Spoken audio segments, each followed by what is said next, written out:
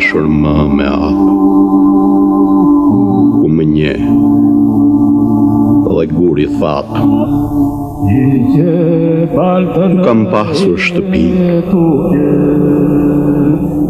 kam njojtur Perëndin.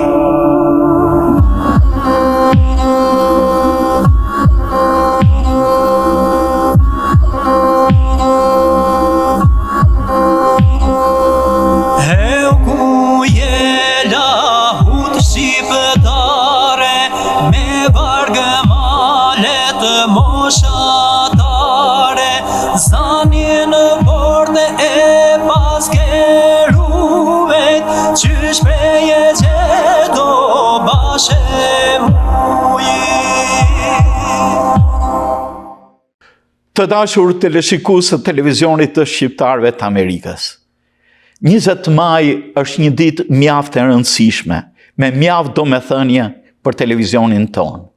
Është dita e lindjes së kësaj medie në diasporë, e cila është një media e veçantë.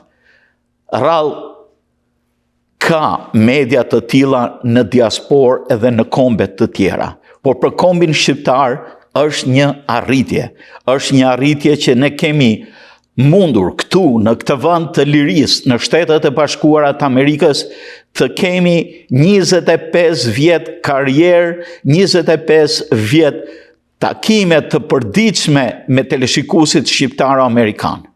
Për të analizuar të gjithë këtë arritje, ne do të bëjmë në një periudhë të gjatë kohore një sër aktivitetesh të cilat do t'ju njoftojmë në fund, por e rëndësishme është sot, në përkujtimin e këtyre ngjarjeve, të bisedoj me drejtorin dhe pronarin e televizionit të shqiptarëve të Amerikës, Gani Vila, për të analizuar këtë zhvillim, rrugtimin e gjatë që kemi bërë në 25 vite deri aty ku jemi sot, gjithnjë në shtëpitë tuaja, gjithnjë një dritare e hapur për të përcjell shqiptarin në çdo familje shqiptare.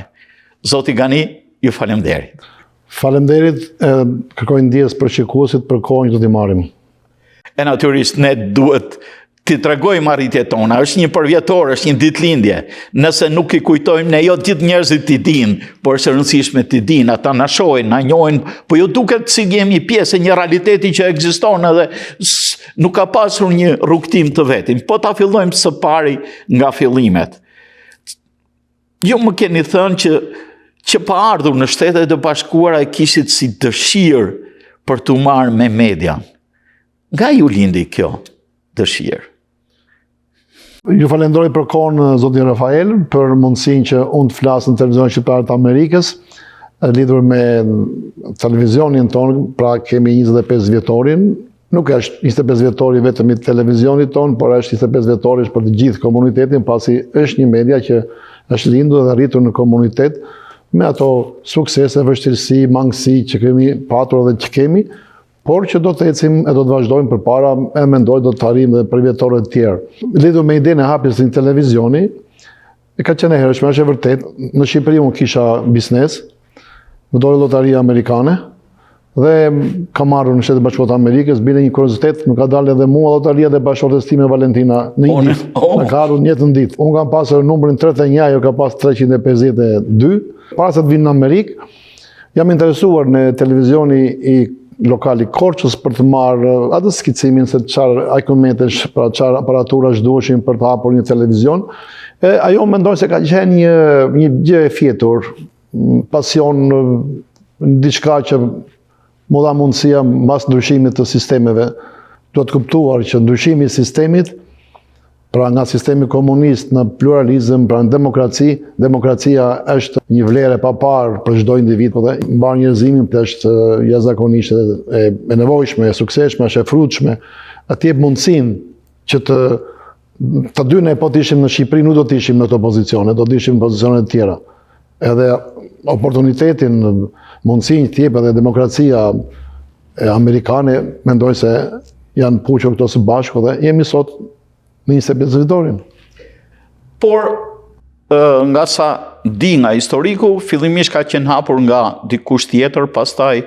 Jo, dikush tjetër ka emra, është Vat Detgjonaj, iniciativa tia të mbështetur me një grup të madh malsorësh, ku do të përmendja zotin Nigoqa, i cili ka qenë një sponsorizues jo vetëm në atë takim që u bën, por edhe në mënyrë të vazhdueshme, edhe familja e tij, edhe sot, vëllezërit e tij sot janë mbështetës të televizionit. Televizioni në atë periudhë, në vitin 2000, zoti Rafael është hapur si rezultati një boshllëku që ishte, pra një boshllëk mediatik që ishte në atë periudhë. Nuk është hapur se pa dike vata që kishte televizion, po ashtu i thënë mendja edhe u hapa i televizioni, që është ky televizion aktualisht sot, dhe ka dhënë një kontribut të madh, edhe familja e tij fillimisht është për të falendëruar, pasi ishte e vështirë, nuk kishte studio siç kemi sot, shpesh është bërë programi edhe në shtëpi. Edhe në disa vende të tjera që vinim neve fillimisht të paguar qiran me zore paguanim, do të menim gjithmonë ndihma, sepse nuk kishte filluar televizioni të funksiononte nëpërmjet të ardhurave të reklamave. Dhe sot ne kështu funksionojmë, me reklamat plus ndihmat nga komuniteti. Nuk kemi biznes tjetër, pra që të mbulojë shpenzimet. A ilustroni në një detaj, ju më keni treguar disa fakte që punorit deri vonë me këto, me shirita, pasi s'kishte edhe video. Vetë fillimisht, në fillim fare, kam bërë gjitha punat në televizion, që duke filluar nga kamera, duke filluar nga montazhi, gazetarin, por i thonë, si themi ne, noti mësohet në ujë, pra duke qenë brenda, nuk mësohet në teori, dhe kështu ka ndodhur edhe me neve, kemi hasur vështirësia jashtëzakonisht ndaja, kemi pasur vështirësi edhe kishim vizionin, kishim shumë gjëra të cilat janë realizuar, por ato që duheshin ishin ana ekonomike që të pengonte. Eksperienca mediatike ishte si vullnet, por duhej eksperiencë që si mund bëshe. Për këtë pastaj unë kam shkuar në shkollë për ndërtimet e programeve komunitare. Aty kam mësuar shumë gjëra, të cilat më kanë dhënë dhe sukses, edhe mendoj se kanë qenë nevojshme. Pra, pamërësisht praktike si mund të ketë njeriu, eksperiencës, shkollimi, pra edukimi të jep atë vlerën e vet, edhe suksesin në biznes, ose nuk do ta quajmë biznes. Edhe asnjëherë unë se kam quajtur biznes televizionin, sepse edhe pse ka disa mekanizma, ka ca element brenda që janë si biznes, përfundimi nuk është biznes, sepse përderisa unë vetë nga të ardhurat e familjes time vënë në shpenzime, përderisa unë kërkoj ndihmë në komunitet, të gjitha këto tregojnë që nuk është biznes. Dhe në këndvështrimin tim, çdo televizion, kudo ku të jetë, kudo, është e pamundur që të dalë një tabël, pra të mbulojë shpenzimet, gjitha që janë detyrimet, pa një biznes tjetër, ose pa donator, ose pa ndihma të ndryshme. Megjithatë, ju e quajni televizionin mision. Që kuptim ka kjo? Kjo është faktikisht shumë e kuptueshme, shumë e lehtë për ta kuptuar pse është mision. Në shumicën e rasteve ka një përkujdes shtetëror, institucional, që i hapin mediat, ka dhe individ, por po të marrim rastin konkret në Shqipëri, edhe pse janë hapur në mënyrë individuale, Top Channel, Klani, Vision Plus, ato janë televizore kombëtare dhe shteti ju jep fonde, ju jep drejtën e transmetimeve të reklamave të ndryshme. Pra ka një interesim shtetëror institucional. Nga pikpamja e funksionimit të televizionit shqiptarëve të Amerikës që është në emigracion, vetë kuptohet që është një shtesë në jetën komunitare, sidomos të komunitetit shqiptaro-amerikan, pasi të gjithë njerëzit që kanë ardhur këtu duan të integrohen sa më shpejt, sa më mirë në jetën progresive demokratike amerikane, që të jetojnë, të kenë një progres në familjet e tyre, progres ekonomik, shkollimi, e të jenë suksesshëm. Dhe nëse televizioni realisht, televizioni që neve kemi, zoti Rafael, që bëjmë 25 vjet, është televizion mision, pasi i shërben 100% komunitetit shqiptaro-amerikan. për ta ndihmuar me informacione të ndryshme, për t'i ardhur në ndihmë, qysh nga gjëra të vogla duken këto, po i tregon se në filan dyqan kemi produkte shqiptare, të cilat janë traditës tonë, dhe çdo familje ndihet e kënaqur, ndihet e mirë kur ai merr atë që i shijon. Ke informacione të tjera që janë për inshurencat, janë për doktorat, janë për avokatët, për gjitha fushat e jetës. Neve këto i plotësojmë. Dhe ky është një mision. Pra nuk është një biznes, sepse unë them vazhdimisht, nuk është produktiv, nuk është punë që të sjell të ardhura, që të rrosh ose të pasurohesh e gjëra të tjera dhe vesh akumulim. Nuk i vedot. Edhe kjo është një, nga ana tjetër vjen mision sepse të gjithë potencialin e prodhimit ton mediatik që ne japim nëpërmjet televizionit është 100% produkt falas që i shkon komunitetit shqiptar amerikan edhe në vendin dhe kudo ku janë. Për ta kuptuar më mirë këtë, në një periudhë që s'kishin fare mediat sociale, ishte mjaft më domethënës akti shërbimi ndaj komunitetit në këtë aspekt, por vazhdon edhe sot e kësaj dite. Kam një pyetje tjetër mjaft interesante. Në studion ton ne kemi një portret, në hyrjen e studios kemi një portret të madh të nënës Terezë. Ju e adhuroni nënën Terezë. Ç'është nën Tereza për ju? Bën mirë që e bën këtë pyetje Rafael, dhe është një diçka që nuk do të lidhet me fen.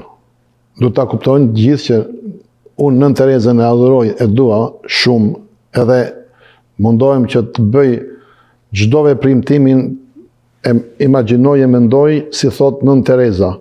Unë e njoh mirë biografinë e saj, jam studios, e dini që neve 26 gusht deri në 5 shtator, ne kemi 2 javë të Nën Terezës, që neve i bëjmë këto javë të Nën Terezës, kemi hyrë në vitin e 23.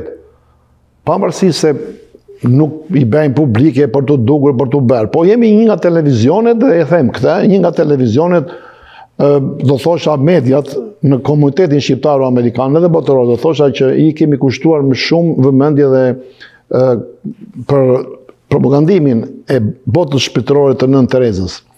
Nën Tereza është dashuri, Nën Tereza është mirësi, është jetë, është një person që nuk ka bërë dallime në jetën njerëzore.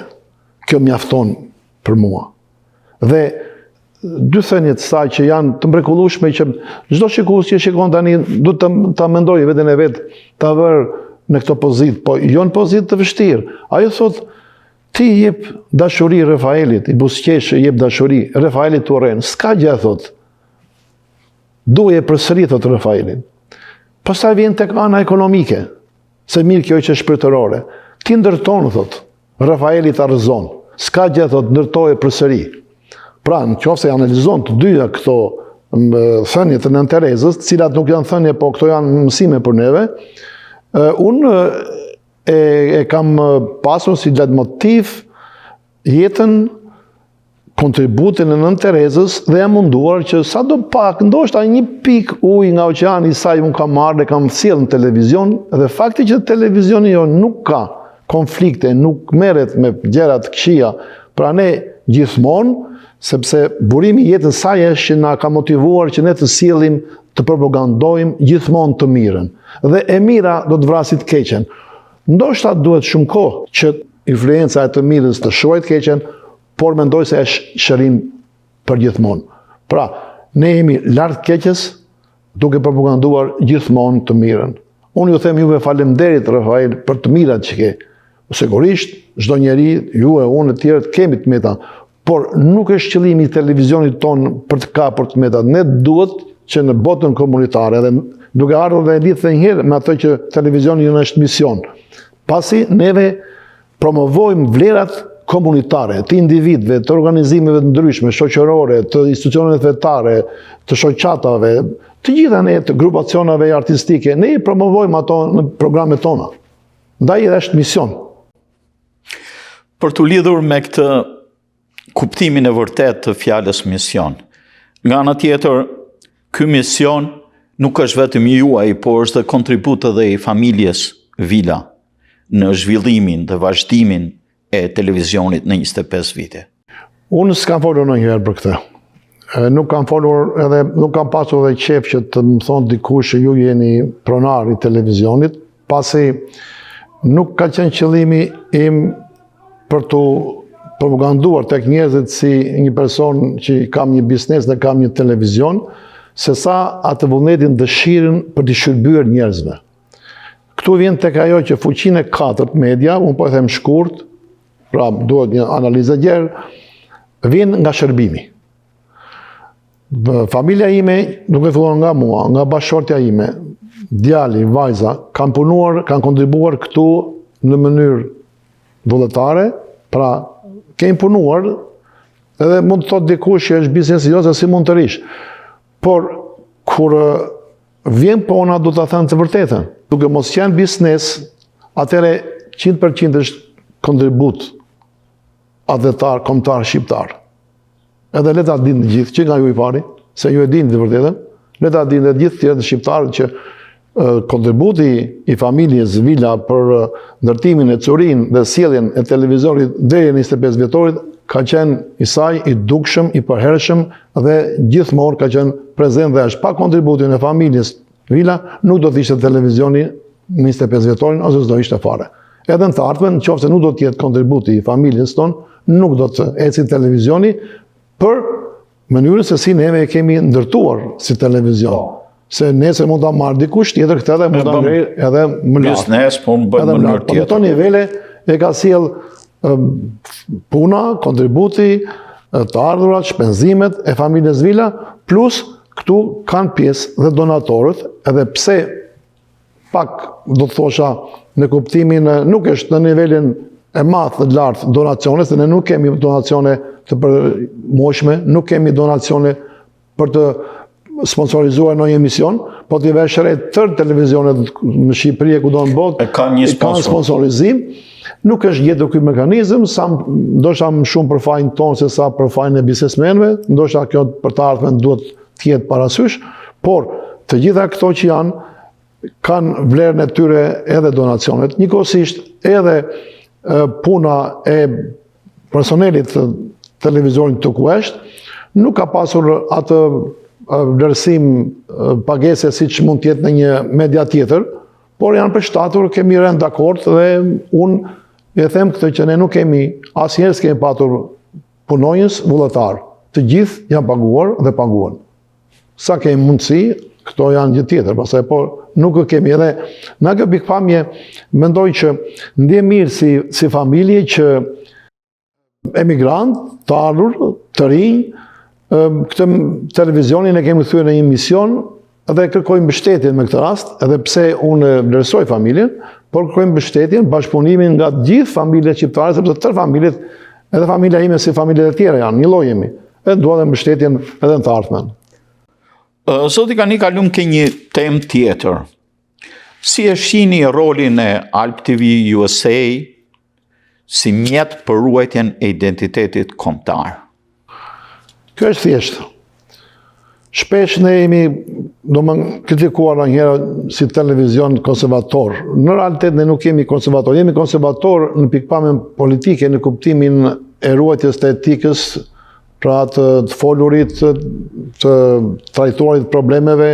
Jemi njerëz familjar, nuk lejojmë në televizion që të fliten fjalë apo të cilën mendime që nuk i shërbejnë komunitetit. Edhe jashtë etikës. Edhe jashtë etikës, por në realitet duke qenë mision, e ne sot e zbulojmë këtë, ja o them, që qëllimi jonë është që krahas institucioneve fetare, të cilat kanë patur dhe kanë një rol në komunitetin shqiptaro-amerikan, ne të lozim një rol që të ruajmë vlerat tona komunitare atë bërthamën. Dhe po ta shikosh, unë do t'jap 2-3 shembuj që të kuptohet mirë. Po. Ne flasim 100% shqip në programet tona. Dhe të ftuarit që janë në anglisht, kur nuk mund të shmë anglisht dot, i përkthejmë në shqip. Të gjitha aktivitetet ose programet e televizionit tonë janë përshtatur komunitetit për të ruetur traditat nga kemi ardhur nga vim.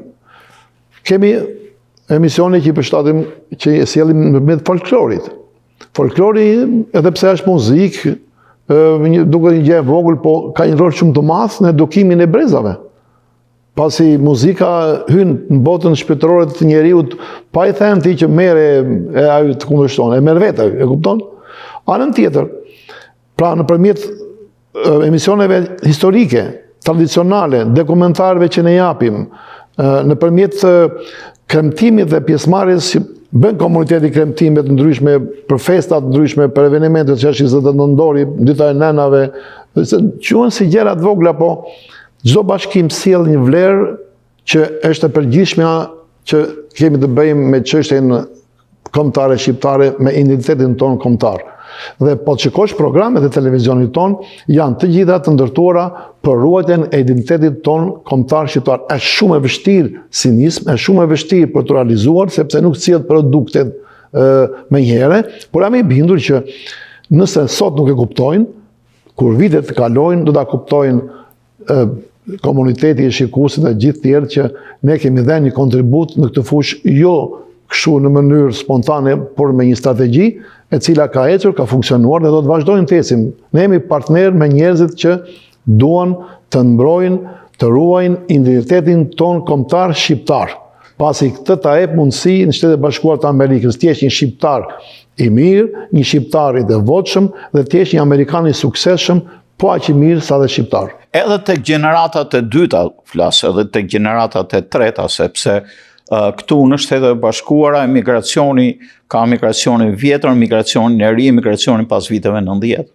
Këtu në gjeneratat e dyta dhe treta, ne dytat jemi mirë, ne treta ka probleme, pasi janë probleme që janë dhe në familjet tyre, janë probleme globale, të cilat i kanë sjellë të rrjetet sociale, rrinë në telefon, TikTok, Instagram dhe në shtëpi po të vesh në një familje, janë 5-6 veta, 10 veta, të 10 janë në telefon me njëri tjetrin, po ikën në një trend i cili mendoj se do të ketë një kulme do të bjerë, pasi është një lloj si ato muzika mediterrane që erdhi në vitin 90 që kur ndryshua sistemi ande nga jugu greqisht, ande nga veriu serbisht, ande nga zona e Durrësit italisht, tani në Shqipëri po të vesh në tëra lokalet ka muzikë shqiptare, sigurisht në një tuaj. Në këtë prizëm do të them që këtu do lozin një rol familjarët, e veçarisht nenat.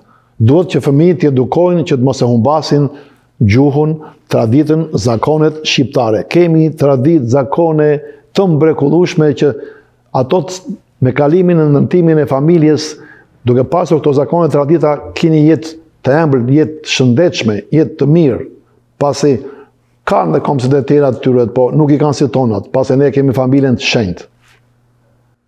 Sipas mendimit tuaj, cilat janë disa nga emisionet që kanë pasur më tepër ndikim tek teleshikuesit? Çdo emision ka atë ndikimin e vet, pasi unë vetë Rafael, se kam thënë ndonjëherë, po ta them edhe ty. Vetë kam qenë ideor i gati 90% të emisioneve që neve kemi sjell si televizion, pasi unë e kam njohur dhe njoh komunitetin shqiptar. Edhe e di çfarë do komuniteti dhe ne kemi përshtatur emisionet sipas, edhe ti ke qenë pjesë e kësaj, sepse edhe ti ke sjell emisionet e tua dhe kemi pasur sukses pasi ne kemi studiuar komunitetin se çfarë ai don. Jo çfarë mendojmë ne se ai do, po çfarë ai do. Dhe po ta vesh re emisionet tona fillojnë që emisionet me fëmijë.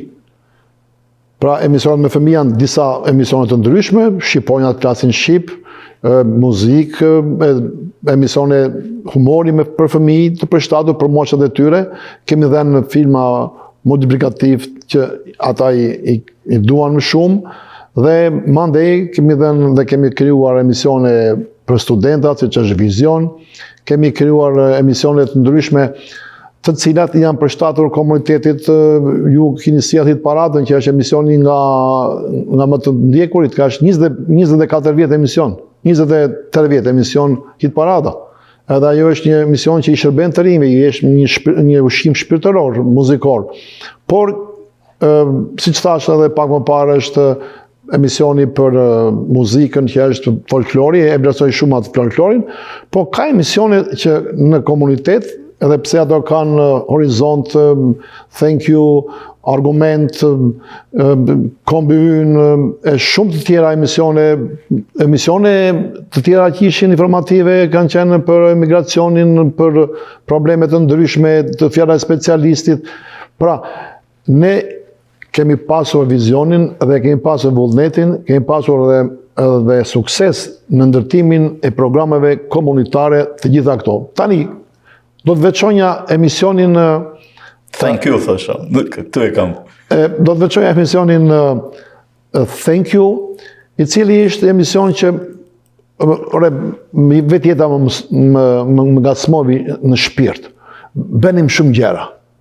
Vjet, shkon në kish, filmon atje aktivitetin, bën 20, 30, 40 intervista, vjen i përpunon në studio, i transmeton ato dhe i shikojnë kënaqen dhe nuk thonë një thank you. Nuk thonë faleminderit. Atëherë vetë thash, si ka mundësi? Pra bën një gjë, se nuk kur them kish, kam parasysh kishe, xhamiet e qetë, gjithë shoqata, organizata të tjera. Atëherë tham, si ka mundësi që të mos të thonë faleminderit? Pra, masa e kontributit të televizionit të shqiptarëve të Amerikës e shkaluar. E shkaluar dhe tani është besi detyrim që ti duhet të filmosh, duhet të transmetosh, ti duhet të shërbesh njerëzve dhe ata janë vetëm që edhe të quajnë dhe përnder, se thonë që shikoti, kur na filmon neve rregullon dhe zbukuron televizionin me programet tona.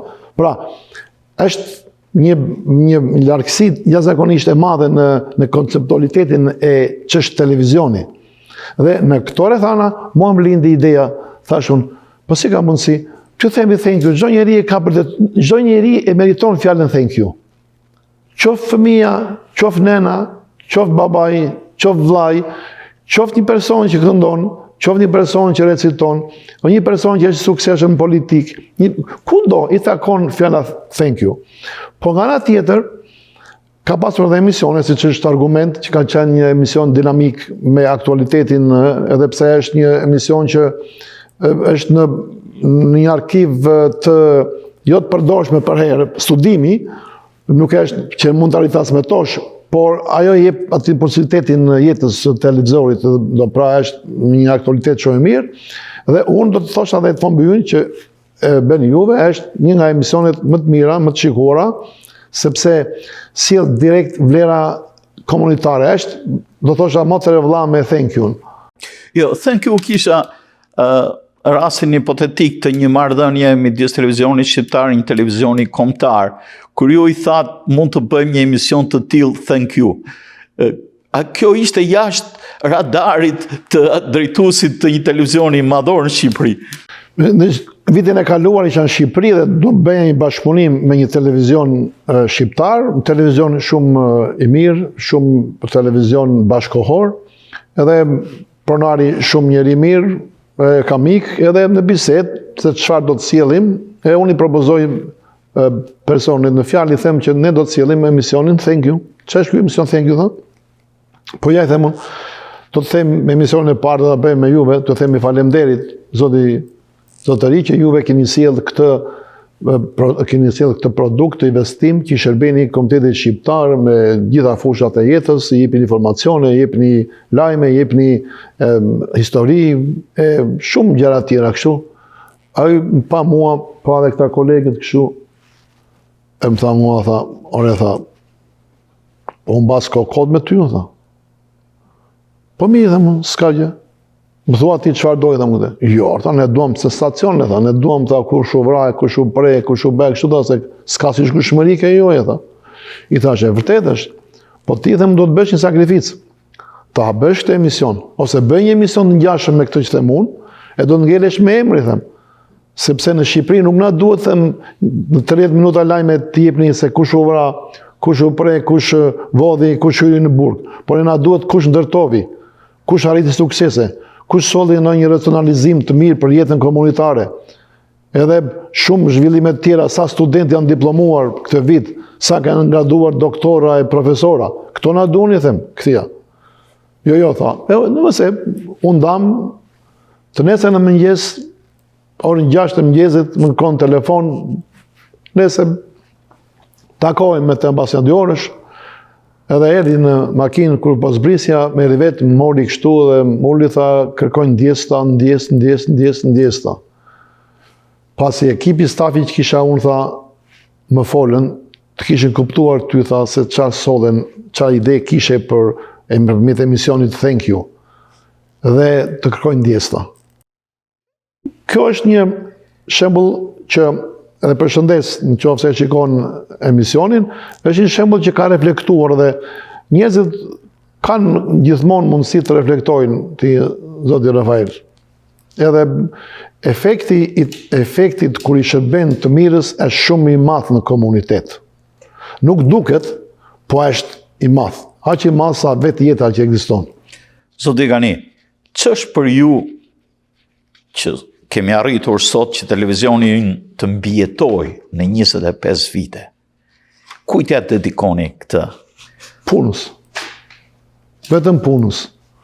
Punës, pasionit, me këmbgulje, duke mos u përkullur kur në vështirësi dhe gjithmonë me vullnet dhe duke pasur gjithmonë atë objektivin që neve televizionin çdo vit ta çojmë lajm në ana teknologjike edhe nga prezenca jonë në shikuesit tanë. Kalojmë tek një pyetje tjetër. Si është ndërtuar strategjia programore e televizionit për të përfshirë të gjithë shtresat, të gjithë shqiptarët e prejardhjeve të ndryshme të gjithë moshave? E thash pak më parë këtë, në ndërtimin e strukturës të programit të televizionit tonë është një nga televizionet që nuk merr patenta ose të huazoj e të ndërtoj programe. Programet tonë janë ndërtuar, edhe kjo është shikuesit ta dinë që është gjitha është produkt, pra ide nga vetë televizioni. Pra neve kemi ndërtuar 48 emisione komunitare që janë përshtatur shtresave të ndryshme në bazë moshe, krahinore, sociale edhe fushat të tjera, të cilat neve i kemi përshtatur me shumë kujdes dhe na kanë dhënë sukses. Sukses, të gjitha emisionet janë të suksesshme, asnjë emision nuk na ka dështuar, të gjitha kanë dhënë kontributet, pasi ne nuk kemi pasur kontribute parciale, kontribute për një elit, ose për një pjesë, ose për një zonë. Ne kemi pasur kontribute për gjithë komunitetin shqiptar, kudo ku është, edhe mendoj që ndërtimi i programit të televizionit është për të marrë shembull nga gjithë televizionet e tjera edhe në Shqipëri ta marrin shembull. Mos marrin të hozojnë Big Brother e X-in e Y-in dhe nga Italia nga e marrin, por le të krijojnë një show sipas natyrës të kombit shqiptar. Nuk mund të marrësh ti një projekt amerikan, projekt gjerman, projekt francez ta zbatosh sot në Shqipëri. Ne kemi një mentalitet tjetër, kemi një kulturë tjetër, kemi një traditë tjetër. Dhe nuk e di a do jesh dakord me këtë, por kështu mendoj unë. Sigurisht të ngjashme mund të bësh, por marrja shablon dhe sjellja aty në komunitetin shqiptar nuk funksionon. Është një lloj si Big Brother që ka probleme të mëdha. Para disa vitësh, ju u dekoruat nga presidenti i Republikës si kalorësi i flamurit. Dhe me njerë pas këtij dekorimi për cilin ju mund të shpreheni, filloi një fushat e gjerë, shpifjesh, ndaj jush, ndaj personalitetit tuaj. Ç'ishte kjo? Dhe pse? Xhelozi apo më shumë? Po, zoti Rafael, neve, unë personalisht dhe televizioni, dhe kur them televizioni dhe juve, jemi dekoruar me urdhën kalorësi i flamurit. Është një vlerësim që shteti shqiptar ka bërë për televizionin shqiptar të Amerikës, dhe unë kam pranuar me qef, e kam pranuar me shumë gëzim këtë vlerësim nga shteti shqiptar, sepse na ka motivuar që të punojmë edhe në të ardhmen. Sigurisht, njerëzit që nuk punojnë, njerëzit që kanë misione dhe qëllime të tjera negative, ata mundohen që të pengojnë zhvillimet. Këtu do të futë edhe bashkëpunim me agjenci të ndryshme, të cilët nuk i përshtatet dhe nuk ju pëlqen zhvillimet komunitare shqiptare, veçanërisht ato mediatike, Pra, komet, ata që ne na rrethojnë, janë në luftë përhershme kundra komunitetit shqiptar edhe në emigracion. Dhe kemi një emision të ardhmen që ne do të themi pasi kemi pasur edhe kemi një proces gjyqësor, cilin e kemi fituar, mandej pastaj ka kërkuar ndjes personi në fjalë dhe kemi falur, sepse duhet të falim, përderisa jetojmë me botën e Nën Terezës, neve duhet të falim dhe si i thonë aty fjalës që thonë Zoti i gjykon gjithë njerëzit, por si pyetje që e bëhet, këto ndodhin për shkak të xhelozisë, për shkak të ambicjes, për shkak të pamundësisë dhe për shkak të vizionit, të horizontit, po me shpirt prishur janë të gjithë, ata që bëjnë shpifje. Unë do ta lidhja këtë me edhe qëndresën për kaq kohë të televizionit edhe përballë këtyre gjërave që ju përmendet, me faktin që ju keni punuar në Shqipëri në shërbimin e sigurimit të ushtrisë. Domethënë duke u marrë me agjenturat e huaja, ju ka ndihmuar kjo në mbijetesën 25 vjeçare të televizorit? Shumë. Ju keni qenë vetë prezent, zoti Rafael, kur agjensitë tjera kanë munduar, kanë tentuar që të depërtojnë në televizion. A është saktë kjo? Është saktë, personat pa njohur, gra vajza bukuroshe. Nuk hapim shumë hollësira, do më falësh, por profesioni që kam pasur, edhe pse në botën shqiptare lakohet për keq, në total sigurimi, unë vetë ndjemi respektuar e nderuar, e shumë krenar për atë punë që kam bërë, edhe po të njepet prapë mundësia, do t'i shërbej kombit tonë në ato fusha, si që shërbej sot në media, dhe mendoj që nuk është e hishme, nuk është demokratike të mendosh për një person pse ka qenë në sigurim dhe ta mendosh negativ. Pastaj, duke parë kontributin e tija në këtej është gjë tjetër, por nuk mund të ta paragjykosh.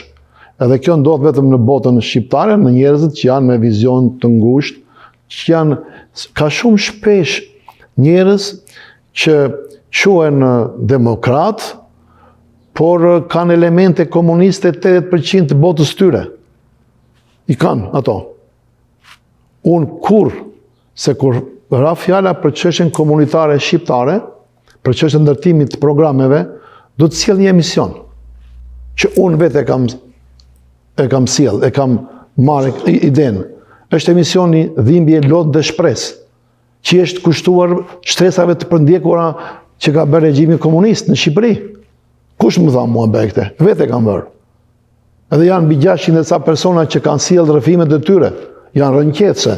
Janë shumë të këqija që ka përdorur regjimi komunist.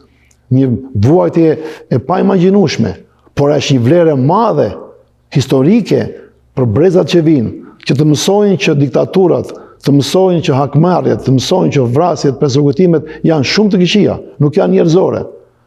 Dhe në këto kushte, Rafael, neve si televizion kemi kufizime ekonomike, nuk kemi si që janë tjerë, ne nuk kemi biznese, ne nuk kemi gjëra të tjera, mundësira të tjera për të bërë.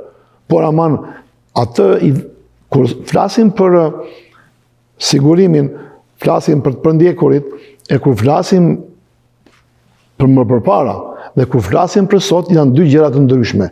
Pra, e kaluara, është një kaluara hidhur, të gjithë e kanë lënë pas, dhe asnjë i përndjekur politik nuk ka ngritur kur një problem për televizionin shqiptare të Amerikës. Përkundrazi, 70% të personave që sponsorizojnë televizionin shqiptare të Amerikës janë nga shtresat për ndjekurve.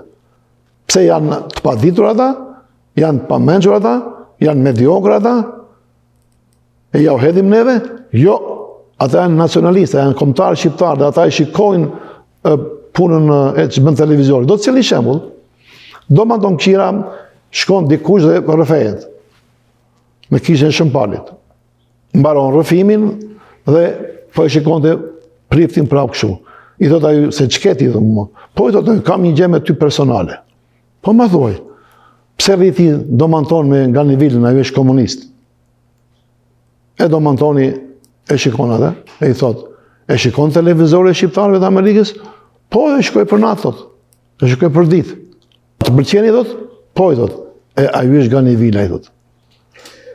Se nuk po flas shumë për veten time, po me qenë se ma bëre pyetjen, puna që unë kam bërë në atë sektor në vitet e mëparshme, më kanë ndihmuar për marrëdhëniet komunitare, më kanë ndihmuar për çështjet gazetareske, pasi neve unë kam bërë shkollën e Ministrisë së Brendshme, kam ndërtuar, e di si ndërtohet informacioni, e di si ndërtojnë pyetjet, sepse ishte profesioni i tillë. Por këto janë tërësisht të vena në botën, në stilin e Nën Terezës. Kurrë s'kam bërë pyetje vetë, as ty s'kam lejuar, as të tjerë gazetarë të bëjmë pyetje sugjestionuese ose pyetje që e vënë të ftuarin në pozitë të vështirë. A është e vërtetë kjo? Po. Tani, unë dua të falenderoj për diçka që ne kishim dëgjuar nga bisedat me ty, po në përgjithësi, por jo aq të detajuar. Sa dokumentari televizionit të Korçës, Rregull në kaos, që analizon veprimtarinë tuaj në periudhën më të vështirë të vitet 97 në Shqipëri, qëndrimin dinjitos që keni mbajtur për ruajtjen e qytetërimit edhe për ruajtjen e demokracisë në qytetin e Korçës.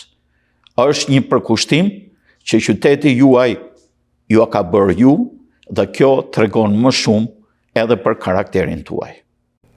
Unë dua të falenderoj producentin që është TV Korça, dua të falenderoj drejtorin e saj, pasi është treguar shumë korrekt në marrëdhënie me ndërtimin e dokumentarit, zotin Sadushi. Dua të falenderoj zotin Saro, që është edhe autori i tekstit dhe narratori i dokumentarit, dhe i falenderoj pasi morën një iniciativë të cilën ishte vite me kishim lënë heshtje, bashkë kishim folur vazhdimisht, zoti Rafael, që të bënim një emision tillë, se unë kisha kujtime të cilat ishin në periudha të vështira dhe shumë të rënda për veten time dhe për familjen, për shoqërinë në Korçë, siç ndodhi, siç tregon vetë dokumentari. Por duhet të them një diçka, që dokumentarët kanë rolin e tyre pozitiv. Më kanë ardhur shumë bashkëdhetar në studio, më kanë uruar mbasi kanë parë dokumentarin, shumë nga ata janë çuditur, thotë nuk kemi ditur kështu, të kemi ditur ndryshe, edhe për këtë do t'i falenderoj për reflektimin e tyre, po nga ana tjetër, duhet t'ju them që çdo njeri ka një mundësi mini dokumentar, një film dokumentar për ta bërë për jetën e vet, edhe veçanërisht ata që kanë kontribute të cilësuara, duhet ta realizoni, ta dokumentoni, sepse janë pjesë historike që i vlejnë shoqërisë për të ardhmen. Edhe unë të falenderoj që më kujtove këtë dokumentarin, pasi para se ta bënin në fillim fare s'desha, pastaj e pranova, pastaj kur e pash veten time, është një gjë e pa menduar, është një pra sjell në botën shpirtërore një ngazërim, sjell edhe vullnet për të punuar për të ardhmen. Të ndalemi tek e ardhmja tashti. Sot ne kemi bërë një hap përpara në teknologji, që është nga prodhimi 4K deri tek platformat OTT, transmetimet me lightcast edhe brenda televizorëve tuaj, si nga televizorëve Roku, Samsung, LG e të tjera. Si e mbani këtë ritëm të zhvillimit teknologjik, se teknologjia zhvillohet çdo ditë? Po shiko tani, krahas problemit gazetaresk që juve bëni në televizionin shqiptar të Amerikës, juve bashkë me punonjësit e tjerë jeni edhe menaxhues shpesh edhe kontribues për të gjetur këto ekuimentet e reja që i përshtaten kohës bashkëkohore. Asnjëherë unë s'ju kam thënë jo juve për t'i blerë këto. Kemi marrë ndihma, kemi vend të ardhurat tona, pra kemi vend diçka vetë, kemi kërkuar dhe ndihmë dhe kemi bërë, jemi zhvilluar në mënyrë që në qoftë se nuk do t'i përshtatesh zhvillimit bashkohor, ngelesh mbrapa dhe detyrimisht nuk do të kesh shikueshmëri edhe del out. Jashtë loja, aq më tepër me konkurencën që bëjnë mediat sociale. Si po veproni me mediat sociale aktualisht? Tani, mediat sociale neve i kemi në nivelin e dur. Tani, mediat sociale kemi investuar më shumë se sa më përpara. Për mediat sociale janë në nivelin e dur, janë 8 milionë 800.000, pra në përgjithësi janë shikimet për një muaj, është gjë e madhe, gjë e mirë. Kjo, më përpara i kishim më tulta. Kemi vizion që çdo sektor, pra qoftë Facebookun, qoftë Twitter, qoftë TikTokun apo Instagramin, të gjitha këto të jenë pjesë, por do të kenë politikën që ka televizioni. Pra ne nuk do të jemi njerëz do të shesim aty pamjet, klikimet, nuk rrojmë me klikime, nuk do të kërkojmë që të jetojmë me klikime. Ne do të shpërndajmë gjithmonë vlera pozitive komunitare, shqiptare, kudo ku jemi. Shpesh ne bashkë kemi kaluar edhe ne të pagjumë këtu në televizor për një punë apo për një tjetër. A mund të ndani me ne ose me teleshikuesit një moment të veçantë që mbani mend specifik për angazhimin në punë deri vonë, sepse ju thatë që televizioni rezultati është puna. Shumë pak njerëz, do thosha shumë pak ose as pak njerëz nuk e dinë se sa vështirë është të bësh televizion.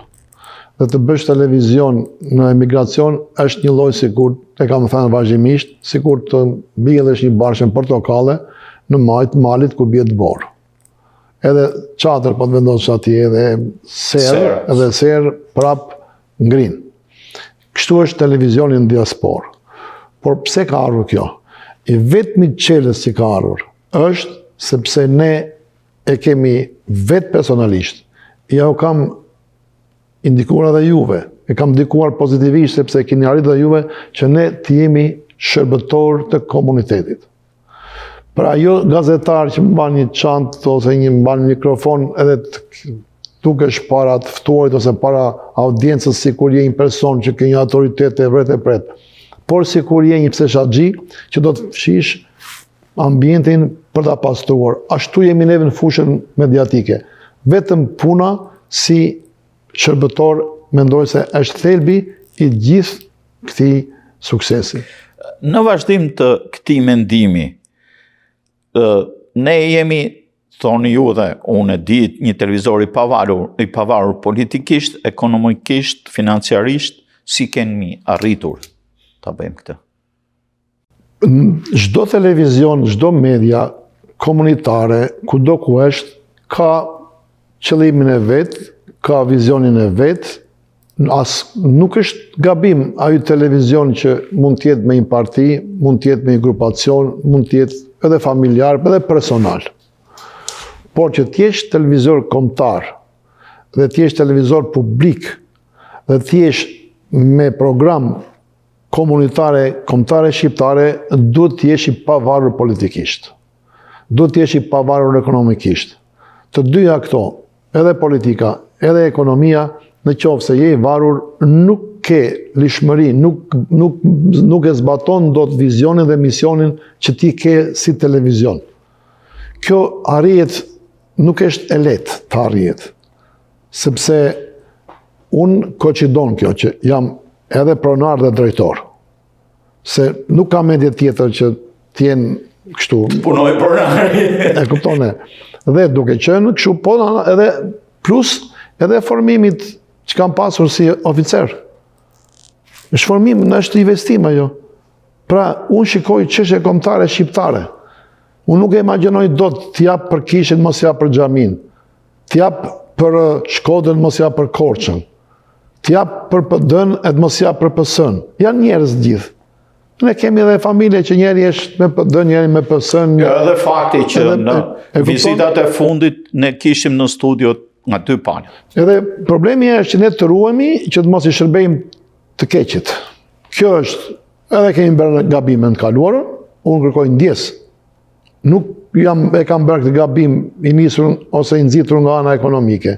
Kur? Por kem menduar se janë njerëz që mund të zhvillohen, mund të sjellin progres në përkundazi. Unë kam nxjerrë në televizion edhe kërkoj ndjes se nuk e kanë merituar, sepse janë edhe sot janë elemente që sjellin probleme në komunitet. Komuniteti nuk do sherrë shamate. Komuniteti do idera që të zhvillojnë komunitetin, që ne të japim mundësi komunitetit që të rinë që janë të zhvillojnë.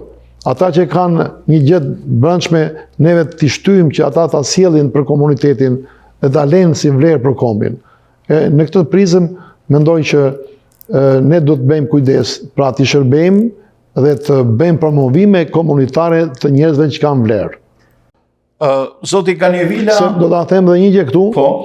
Televizioni jonë shquhet, edhe shikuesve s'mund të them se ata e shikojnë, ne i kemi, ne japim dhe muzikë, japim edhe filma, japim edhe dhe komentarë, japim edhe koncertet, cilat ne nuk i prodhojmë dot në emigracion. Por ne japim për ditë e transmetojmë prodhimet tona nga komuniteti. Sigurisht, a bëjmë neve çfarë do komuniteti maksimalen? Jo, ne bëjmë më të mirën e mundshme. Por aman komunitetin e kemi ndihmuar dhe ndihmojmë shumë. Zoti Gani, cili është mendimi juaj për konkurrencën në media? Vite pare jam shpehur dhe do ta mbyll shkurt, Rafael. 25 vjet ne nuk kemi pasur konkurrencë mediatike. Edhe kjo është faktikisht fatkeqësi. Pasi edhe pse kanë ekzistuar media të tjera, nuk kanë zgjedhur rrugën e konkurrimit, por kanë zgjedhur rrugën e demigrimit të kundërshtarit, një lloj si politikat në Shqipëri, që zihen e hajnë e bëjnë. Pra, nuk kanë sjell idera, nuk kanë sjell programe, nuk kanë sjell progres në komunitet. Ata thonë kështu, Rafael. Ne vemi në aty në aktivitet, pa të mos jetë televizori tjetër. Ose mos e thrisni atë tjetërin. Po aty është konkurenca. Si filmon ti e si filmoj unë. Ose si e përgatit ti dhe si e paraqit ti. Këtu është konkurenca. Nuk është konkurenca që unë e njoh filanin dhe mos e silni ose mos e lajmëroni. Kjo është vetë izolohen. Pasi në qoftë se kanë këto koncepte vetë izolohen edhe aktivitetet. Se aktivitetet vazhdimisht kanë vlera. E kur ti bën një aktivitet të mirë, po e bën brenda në një vend aty, çe do ta? Se dhe e bën aty e shikon ti, por kur e shikojnë komuniteti gjerë, atëherë ti nxit anën pozitive tek njerëzit e tjerë, që ata të bëjnë aktivitete pozitive. Po e vëreti që ne shpesh transmetojmë këto iniciativat që marrin komuniteti i Malësisë Madhe për mbledhjen e ndihmave. Në fillim më thoshin mua, që jep këta kështu, japi, thosha sepse ju du të mësoni që ju du të jepni ndihma, du të jepni kur ka nevojë dhe të keni rezerva e t'i mblidhni ato. E tani kanë edhe zonat e tjera kanë filluar që të mbledhin ndihmat, të ndihmojnë kur ka raste nevoje. Këtë ka rol televizioni, pra të shpërndajnë emi, du të shpërndajmë atë pozitiven. Në qoftë se bleta i mbledh nektarin, ne du të shpërndajmë nektarin që ka komuniteti në gjithë komunitetin. Po kalojnë çështje tjetër. Pse është e nevojshme dhe çka ndodhur, a mbështetet nga qeveria shqiptare, televizioni, a duhet të mbështetet? Si ishte rasti i zgjedhjeve të fundit? Kjo është një temë që ne duhet ta diskutojmë gjatë. Dy gjëra do të them, në shteti shqiptar nuk është interesuar asnjëherë, asnjë qeveri për televizionin që unë kam drejtuar për 25 vjet që jam këtu. Asnjë interesim, asnjë mbështetje, dhe kjo për mua përjashto rastin konkret të presidencës. Ne kemi pasur marrëdhënie me presidentët vazhdimisht, kanë qenë korrekt, po është se s'kanë fuqi, e kanë të limituar buxhetin, kanë të limituar çdo, s'kanë kështu mundësi që të marrin veprimtari e gjëra të vetëm kanë ngelur ato dekorimet. Edhe kjo është marrëdhënia me diasporën. Ta analizosh të është një temë që do ta bëjmë, të premtoj do ta bëjmë më të gjerë, pasi vetë personalisht drejtuesi televizionit shqiptar të Amerikës kam vërejtje për Komisionin Zgjedhor të Zgjedhjeve në Shqipëri, i cili nuk ka komunikuar me mediat në diasporë do të thosha me as i media në diasporë, sepse ne kemi ndjekur ato, dhe mendoj që buxhetet janë manipuluar, pra nuk është harxhuar buxheti tek mediat e diasporës, dhe pastaj kërkonin produkt që të vinin të votonin njerëzit. Në Amerika 20.000 veta është turp, është mëkat. Diaspora shqiptaro-amerikane është diasporë shumë kualitative, është diasporë që do të marrin shembull të gjithë shqiptarët kudo ku janë, pasi ka dhënë shembuj në të kaluarën, qysh nga Noli Konica, qysh në vitin 1920 kur shkuan luftëtarët, e deri ditën e sotme për Bryndarit e Vatës si bën dhe aktualisht. Problemi është që ky është një temë të cilën ne do ta diskutojmë në mënyrë shumë profesionale, pasi mos ndërtimi i infrastrukturës mediatike të Komisionit Zgjedhor të Zgjedhjeve dhe të dy partive, se kjo është një problem shumë i gjerë dhe gjerë.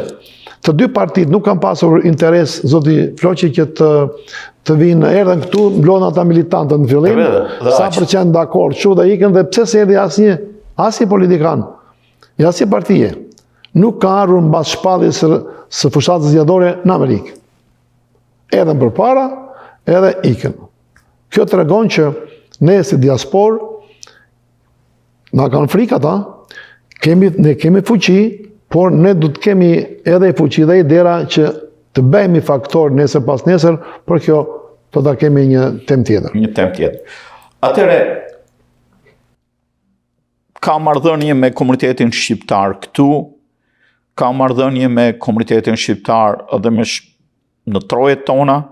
Çfarë roli ka luajtur ju vetë dhe ekipi në konsolidimin e këtyre marrëdhënie, bashkëpunëtorët, korrespondentët nga trojet shqiptare?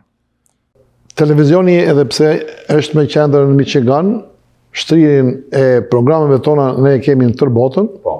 Na shikojnë në Shqipëri, na shikojnë në Kosovë, në Malsinë, Maqedoni, në Kinë, na shikojnë ata që janë atje në ambasadë, kudo na shikojnë, dhe kjo është një kënaqësi dhe një arritje. Edhe unë i falenderoj gjithë personat që kanë dhënë dhe vazhdojnë të japin kontribute në televizion e shqiptarëve të Amerikës, por lidhur me shtrijen e programeve, kjo ka qenë edhe sipas mundësive, por ka qenë një projekt që neve të jemi të pranishëm kudo për gjërat që kanë qenë gjëra të nxehta ose gjëra që mund sillin vlera për shikuesit tanë. Jemi munduar të kemi në mënyrë të vazhdueshme, kemi pasur korrespondentë në Shqipëri, në Malsinë, në Kosovë, në Maqedoni, kemi pasur në gjitha shtetet e Amerikës, kemi pasur korrespondencë që është zoti Sina, por kemi pasur dhe miq që na kanë ndihmuar, na kanë dërguar informacione, dhe mendoj se me aktualitetin, pra si që është sot bota shqiptare në emigracion edhe në Shqipëri, mediat kanë rolin e tyre, dhe televizioni jonë të ardhmen do të ketë një rol që do të jetë shumë pozitiv për pasqyrimin e vlerave komunitare, jo vetëm të Amerikës, por edhe të komunitetit tonë shqiptar ku jetojnë atje, pasi çdo gjë pozitive, çdo gjë e mirë që neve sjellim nga vendlindja na jep vullnet, na gëzon dhe jemi rahat dhe neve këtu. Si karakterizoni raportet tuaja apo bashkëpunimin me anëtarët e ekipit? Çfarë doni të ndani me ne sot? Shiko, po të filloj që të bëj, Rafael, një analizë për se cilin s'është koha. Më kanë kritikuar në bisedën e parë se kisha harruar dike. Unë jam minjos qysh nga bashkëshortja ime Valentina, të cilën e kam pasur vazhdimisht, edhe kur nuk është televizion, ajo është vazhdimisht në prezencë, pasi roli i bashkëshortjes edhe si punonjës e televizioni ka efekt pozitiv, dhe mandej unë të falenderoj juve si person, si Rafael, ju keni qenë dhe jeni vazhdimisht, e kam thënë unë kravi gjatë të televizionit për mua, edhe unë e vlerësoj shumë kontributin tuaj, dhe në tuajin do të fut gjithë bashkëpunëtorët e tanë që kanë qenë, vazhdojnë, edhe janë aktualisht. Por një falënderim të veçantë do ta kem për gjithë ata që kanë ikur për arsye të ndryshme, janë larguar nga Michigani, kryesisht raste të tilla kemi, edhe i falenderoj sepse kanë dhënë se gjithë secili kontributin e vet dhe ndjem shumë i mirë që kam bashkëpunuar me ju zoti Rafael, keni vite këtu, pasi keni dhënë dhe keni sjell ato idera, ato me atë mision që ne kemi patur për të shërbyer çështjes kombëtare shqiptare, edhe pse ti je një i djathtë pa ndryshueshëm, ekstrem. Ky është opinioni juaj, ka ty ku janë ekstremet del e përbashkëta më e mirë besoj. Cilat janë vizionet tuaja për të ardhmen për televizionin shqiptarëve të Amerikës? Vizioni është i njëjtë ai që kemi patur me ju për të shërbyer komunitetit shqiptaro-amerikan, sjellim promovimet e tyre sa më shpejt, sa më mirë, që ato të përgjithësohen, të thithen nga gjithë komuniteti dhe ne do të nxisim nëpërmjet këtyre vlerave që komuniteti shqiptar asnjë gjë vogël që është me vlerë të mos shkojë kot, por të shkojë në shërbim të kombit shqiptar në fushat për të cilat njerëzit kanë talente e kanë mundësi për të dhënë ndihmës. Nuk do ndryshojmë asgjë, absolutisht do shikojmë përpara. 25 vjetori është një themel i cili do na shërbej për ndërtimin e kateve të tjera të shkojmë tek 30 vjetori. Rafael, 25 vjet, a di çdo thot? 65 vjet kishte televizioni shqiptar kur e pash herë të fundit. Po ki parasysh këtu je në diasporë. Ki parasysh 65 vjet e ka bërë televizionin e ka bërë shteti. Po. E këtu e ka bërë një person me bashkëpunim me ju të tjerët që mua më hoqën nga puna kur isha 36 vjet. Edhe unë e pranova. Më hoqën nga puna pse isha në sigurimin e ushtrisë, më liruan. E pranova, nuk kundërshtova, besova tek ta njerëz, të kjo stres politike, dhe aktualisht jam i zhgënjur. 100% i zhgënjur. Pra, mua e sjell të si shembull, jo personal, se e kam kaluar atë pjesën personale, po e sjell për të edukuar shqiptarët që shikojnë çfarë kontraste në shikim, në vizion dhe në praktik ka. Pra, unë një person i padenj për shtetin shqiptar në vitin 1992, jemi 25 vjetë së bashku, që punojmë 24 orë në 24 orë për çështjen kombëtare shqiptare. Ju shërbejmë atyre edhe atyre që na hoqen nga puna. E tani, po ta krahasosh punën tonë 25 vjeçare me tradicionin shqiptar të politikanëve shqiptar, të asaj shtrese politikanësh, nuk dua t'i fyej, por janë të padenj. Ti mendo si duash, ke këtë duash, mi ke prirje për ta, unë do t'a sjell sepse e kam hequr në kurriz. E kam hequr në kurriz unë këtë. Pra, duhet të ndryshojnë njerëzit. Njerëzit mos duhet të dinë, i kishim e në verin 20 vjetë, parti e në e ben partin nën të dytë. Partin e ben nën të dytë. E tani bëjnë këta udhëheqësit janë sot në Shqipëri, i bën një lloj janë në vera. Kishim një në verë, tani janë bërë 5-6 në vera, që nuk ikin. Dhe në këto rrethana, mendoj që neve nuk do ndryshojmë vizionin tonë, por do të ndryshojnë këta tjerët, ta që janë. Kani ju përmendet disi më parë, nevojnë që të ruhet aktiviteti i diasporës, të arkivohet. Ne kemi një arkiv mjaft dinjitoze këtu të 25 viteve. Po që të ruhet më mirë është nevojshme që të drejtojnë televizionit personat që kanë kontributet caktuara në fushat caktuara. Për të bërë dokumentar, jemi në produkte, kemi bërë, sa afërmi do të kemi një mini dokumentar për veprimtarinë e Zotit Bardha, e për personalitetet tjera, sepse kështu puna jonë në video, apo edhe arkiva, do mbetet me vlerë kombëtare. Do të jap pak një përgjigje për ty, po unë do të bëj një dialog me shikuesit këta. E vlerësoj dhe vetë, e të falenderoj që ju vlerësoni arkivën e televizionit shqiptarëve të Amerikës. Ne kemi një arkiv gati 100 vjeçare, pasi të gjitha arkivat e tjera që kanë pasur disa mundësira të ndryshme, individ të ndryshme, neve i kemi marrë atyre, dhe kanë sjellë, pra i kemi blerë ato, dhe arkiva është një vlerë e pa diskutueshme, edhe pse sot është një botë jo fort e kontrolluar për të ruajtur vlerat individuale, kolektive, komunitare, unë mendoj që do të jetë një tranzicion i shkurtër. Por bisedën unë tani e kam me shikuesit, zoti Rafael. Telefoni. Shumë mjetet vogla private që ke, ato janë gjërat momentale. Prandaj i them komunitetit shqiptar, çdo individi, çdo familje, çdo organizate, institucione fetare, të gjithë që janë veprojnë komunitet që bëjnë aktivitete, filmojni ato në mënyrë profesionale. Filmojni ato dhe mbajni t'i kini në arkiv, pasi janë vlera komunitare. Mos nguroni se që të filmojnë, thoni ju duhet të paguajnë. Sigurisht duhet të paguajnë. Kush nga juve punon pa pagesë? Mund të ndihmosh një herë, 2 herë, ashtu siç ndihmoni dhe juve, jam dakord. Por nuk mund të punosh 24 orë, ose 365 ditë free.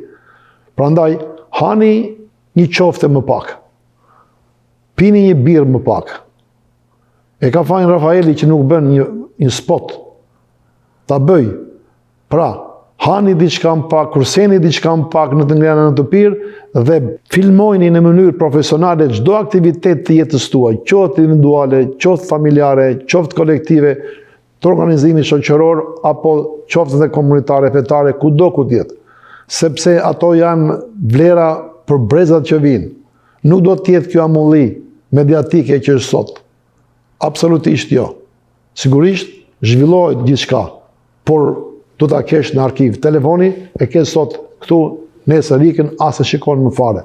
Por ajo që ka rëndësi shumë është që vlerat që juve sillni nëpërmjet aktiviteteve, kur i pasqyron ato në programe televizive, përfiton komuniteti, pjesa tjetër që nuk e ka pasur këtë ide, pjesa tjetër që nuk e organizon këtë aktivitet ose këtë datë, po ka forma të ndryshme që ata mund të kenë, pasi nëse një zonë feston zonjën e Grudës, një tjetër nga Korça feston Shënilian. Pra ka mundësi që të përfitojnë nga eksperienca njëri tjetrit, po përfitojnë atëherë kur këto bëhen publike, sepse janë gjëra të mira. Janë pasqyrime vlerash që nuk dalin në treg, por shkojnë si produkt, si ushqim tek njerëzit e tjerë dhe ata të bëjnë veprime të tilla. Kështu e konceptoj unë, zoti Rafael, çështjen e ruajtjes së vlerave arkivore. Dihet se arkivat janë shekullore.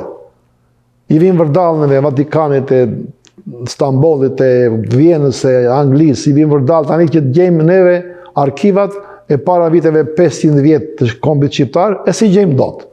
E këtu tani ne kemi mundësi, e pse se bëjmë? Se bëjmë sepse nuk mendojmë, nuk ndalojmë një moment, e të themi, po prit, ne kemi një aktivitet 500 veta, 400 veta, po pse mos e filmojmë të?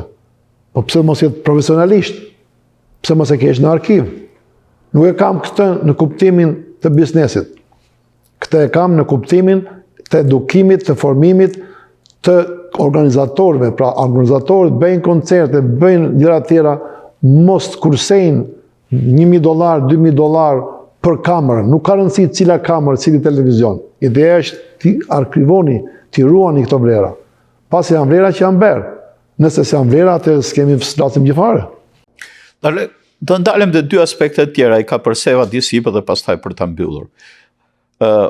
Ne kemi bërë shumë emisione për malësinë e madhe. Ç'është malësia e madhe për ju?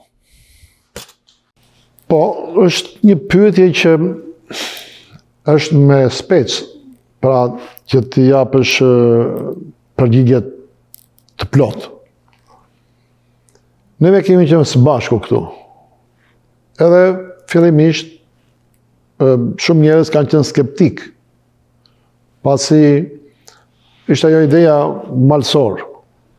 Edhe gjithmonë jam parë me atë syrin që malësor, nuk janë qytetar, nuk kanë ato elemente që ta afrojnë me njëri tjetrin. Emisionet që kemi dhe neve janë mision, pra emisioni Malësia e Madhe Pellam e Thesar është mision. Është mision pasi ashtu është nisur, me projektuar, është me tëra fushat e jetës tyre, neve kemi mbi 1000 ca emisione që janë dhe në Malësia e Madhe Pellam e Thesar. Dhe që është Malësia? Pellam e Thesar është. Dhe kjo është një temë që neve e kemi planifikuar me rastin 25 vjetorit për ta trajtuar edhe me malësorët bashk, por për ta bërë me praktike dhe për ta bërë që njerëzit ta kuptojnë më mirë se pse ne vlerësojmë këtë zonë, marrim komunitetin shqiptaro-amerikan në Amerikë. Malësorët janë figuraduar gati 90%, 80% në kishat katolike. Aktivitetet e kishave katolike. Marrim Michiganin 2 kishat katolike këtu, në New York, por po flasim për malësorët. Kanë aktivitete jashtëzakonisht të mira me vlera kombëtare shqiptare. Janë në përmbajtje në formë dhe janë totalisht në ruajtjen e vlerave tona kombëtare dhe është një komunitet që po të mos ishin këta, komuniteti nuk do të ishte kur në këtë nivel. Është dinamik, shumë vërtet. Dhe është një komunitet që duhet marrin shembull çdo individ, çdo familje e çdo institucion fetar tjetër nga institucionet fetare të malësorëve. Malësorët janë persona që në mënyrë individualisht janë të paparë në bojari, në gjitha nivelet, edhe familjarisht. Por, për botën shqiptare, ata janë një vlerë e pakontestueshme, jo vetëm në vendindje, por edhe këtu në emigracion. Pasi vere që shumë vlera të traditës sot janë i gjenë në Michigan, se sa në vendindje, sepse në vendindje ka hyrë tani ky modernizim dhe këtu janë më shumë. Janë më të fort nga pikpamja e ruajtjes të vlerave të shkuarës. Nga ana tjetër, ata janë gjithmonë vazhdimisht pjesë shumë e rëndësishme e jetës komunitare, do të thosha lider në komunitetin shqiptaro-amerikan në Amerikë, lidhur gjithmonë për çështjet kombëtare shqiptare, edhe nga ana tjetër ata kanë përfituar shumë nga konceptimet, nga të jetës, veçanërisht në shkollimin e fëmijëve, kanë përfituar nga bota shqiptare dhe po të vëshre shumica e malësorëve tashme, fëmijët e tyre nuk shkojnë punojnë me në restorante, por janë të shkolluar dhe janë shumë të suksesshëm. Unë do të përmend një fjalë që kur ta dëgjoni juve do të përmalleni. Ju e përdorni atë fjalë shpesh. Është zona juaj nga ju vini. Panariti. Ç'është për ju Panariti? Shiko, Panariti është gjithçka. Unë kur them nga Panariti, ai them gjithçka. Ai më plotson mua. Më plotson pasi Panariti edhe sot që flasim së bashku, edhe pse unë ju kam premtuar juve $10,000, në qoftë se e gjeni çdo thot fjala Panarit, po jo juve, kushdo, edhe studimet që janë bërë nuk e gjejnë dot. Ti e di që unë kam bërë studime të thella dhe e kam arritur një përfundim, por po presim pak e sa gjëra tjera. Panariti është, jeta ime është, janë rrenjtë e mia, është një zonë që është zona e vakefeve, e cila është një harmoni mes njerëzve pa dallime absolutisht fare. Dhe është një zonë që ka dhënë kontribute shumë të mëdha për çështjen kombëtare shqiptare.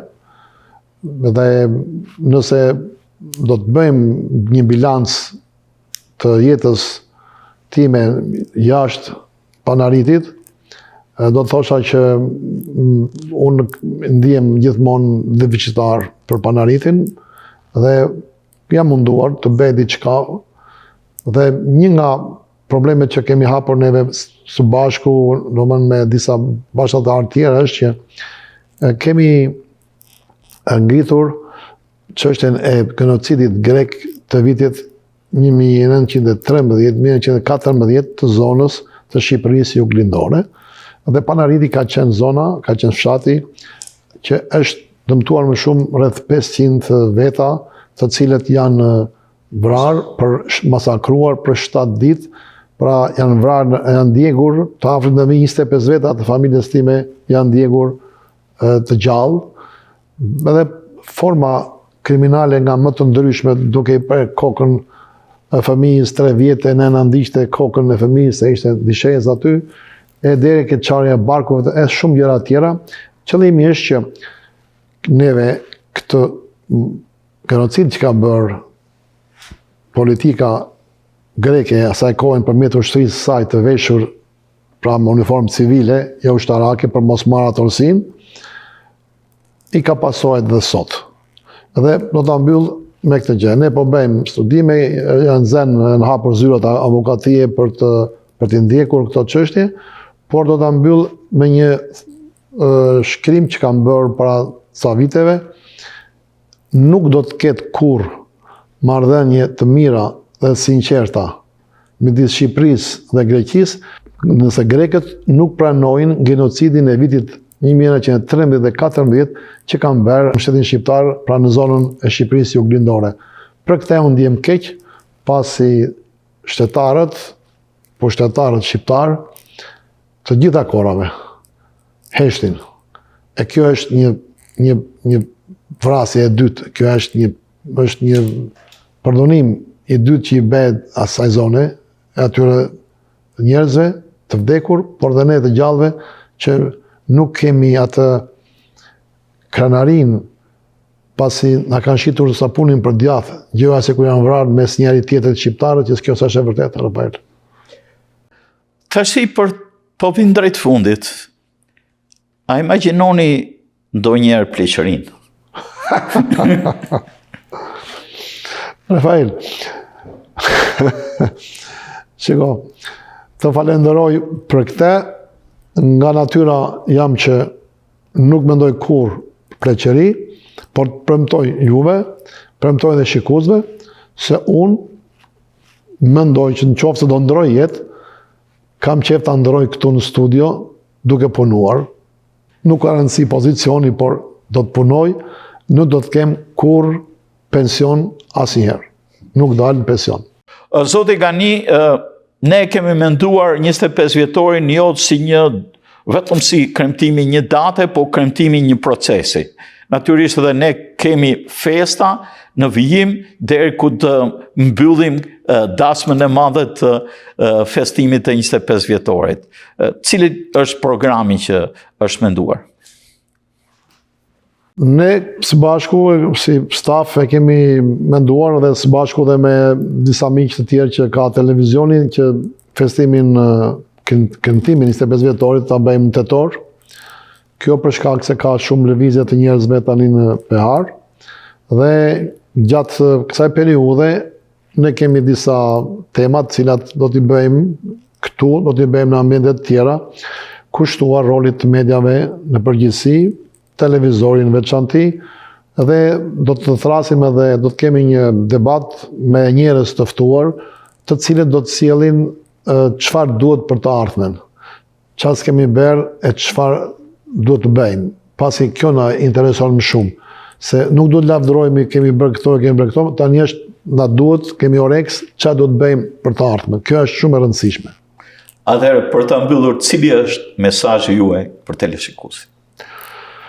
Zoti Floqi, du të falenderoj shikuesit për kontributin që na kanë dhënë. Është një vlerë e madhe, ju të nderuar shikues, ju përulem me respekt që e shikoni televizionin shqiptar të Amerikës, që e ndiqni.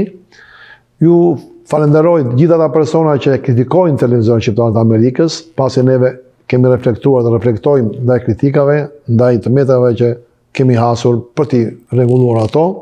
Falenderoj gjithë donatorët, të cilët kanë hequr pjesë nga xhepi i tyre, nga familja e tyre dhe kanë ndihmuar televizionin. Këtë e vlerësoj shumë. E vlerësoj shumë dhe ndihmën tuaj ne jemi munduar që t'ja kthejmë ndihmë për komunitetin duke investuar aty ku ne ju kemi premtuar. Dhe kjo është realizuar, ndaj ndihma juaj ndaj televizionit është ndihmë për komunitetin, është ndihmë për çështjen kombëtare shqiptare.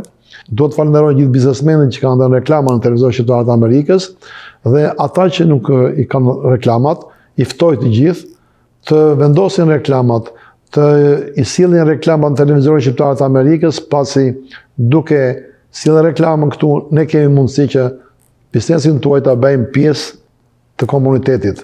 Dhe duke bërë pjesë të komunitetit ta bëjmë klientët tuaj dhe mendoj se do të rritni edhe të ardhurat dhe ju ftoj ejani se televizioni është një televizion shumë serios, i shikueshëm dhe ju do të sjellë juve produktet e tij. Ju premtoj gjithë shikuesve se ne do të vazhdojmë me këtë ritëm. 25 vjetori do të jetë themel i punës tonë, do të vazhdojmë të kontribuojmë dhe të japim kontributin ton për çështje mbar kombëtare shqiptare pa dallime partijake, pa dallime krajinore, pa asnjë dallim moshe dhe do të punojmë në mënyrë të vazhdueshme duke qenë shërbëtorët tuaj. Pasi televizori shqiptarëve të Amerikës ka qenë, është dhe do të jetë në shërbim të komunitetit shqiptar për të promovuar vlerat tuaja komunitare. Ju falenderoj shumë, do të takojmë dhe në emisionet të tjera, do të kemi kohë të flasim, të bisedojmë dhe të komunikojmë dhe të ndrojmë mendime, por ju falenderoj me përulje shumë të madhe, me përulje prezemre, ju them faleminderit që na keni suportuar në 25 vjet, jeni të nderuar, të respektuar dhe ne jemi detyruar që t'ju shërbejmë në mënyrë të vazhdueshme edhe në të ardhmen. Ju falemnderit. Zoti Kanivila, ju falemnderit edhe ju për këtë ndarje kohe, për këtë intervistë të imt, të analizës së punës së televizorit, të parimeve kryesore mbi të cilat është bazuar televizioni ynë, televizioni i shqiptarëve të Amerikës, një nga televizionet e vetme në diasporë me këtë mbulesë, me shtrirje, me emision, me programacion, edhe ju uroj juve vetes të gjithëve dhe teleshikuesve gëzuar pra këtë festë të madhe të televizionit të shqiptarëve të Amerikës, gëzuar Alp TV USA, gëzuar 25 vjetorin. Miru takofshim në emisionet tjera, në vitet e ardhshme.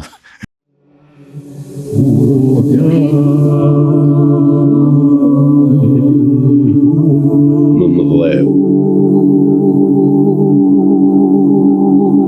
Më mëdhe. Quhet tokë. Më ka rënur kokë. Kam dashur më me apë. Ku më nje. Dhe guri thapë. Kam pasur shtëpinë. Ku kam njojtur Perëndinë.